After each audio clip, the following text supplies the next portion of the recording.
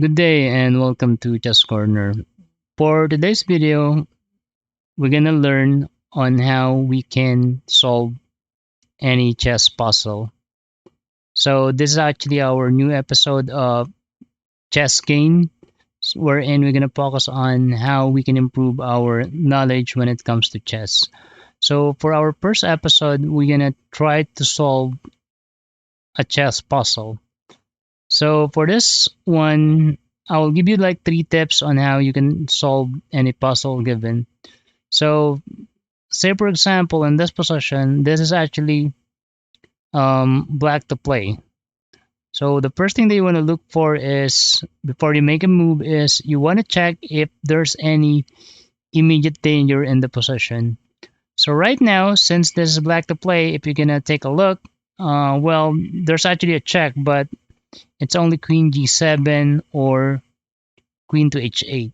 But you can just easily capture the queen, and that should be winning for black.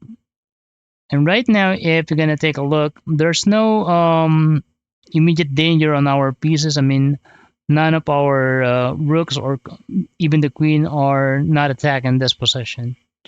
So after you identify the immediate danger in the position, you're gonna go with the next step, which is you will identify your objective in the position. So right now, since you are black in this position, so the first thing you want to look for is if you have like sufficient material to basically deliver like a checkmate. So right now, I basically have the rook, I have the queen. I can actually use this to attack. So basically, it looks like I have sufficient material to deliver a checkmate because right now there's no defender for the king here.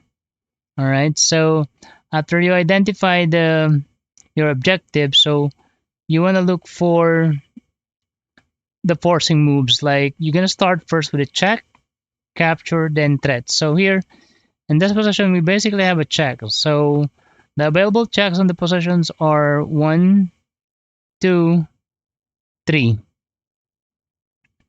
So you want to look for the strongest check in the position. So if you're gonna go rook to g8, definitely it's not gonna work because of king takes g8 or king takes g1 rather.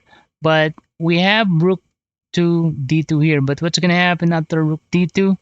Our opponent can just go to h3 and there will be no other check. But we have another check here, which is queen to d2.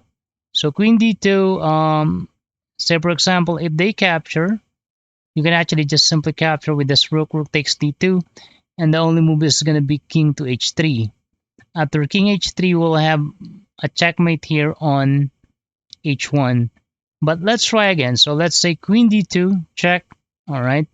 What if they are not going to capture? They're just going to go here. Then it will be the same scenario, which is rook to h1, and this will be checkmate. So that's actually the steps on how you can solve any puzzle. So the first one, identify if there's any immediate danger in the position.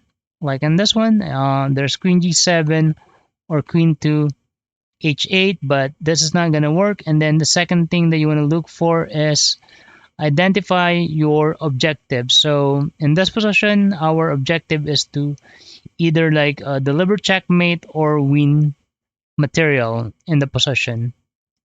So after that, then you're gonna start calculating your forcing move. You're gonna start always with a check. And in this position, like I said, there are three checks, which is rook to g1. We have queen to d2, and we also have rook d2. So you wanna calculate the one which is you think is the most strongest one in the position, which is queen to d2 here. So they need to capture, and in this position, you can capture with this rook or this rook on d8. But of course, you're going to capture with this, and then they will cover, and then you recapture. And of course, if they're going to go here, then it will be a checkmate here on h1. So that's how you solve any puzzle. And that's actually our first lesson. And I'll see you on the next one. Thank you for watching Chess Corner. And please consider subscribing. Bye bye now.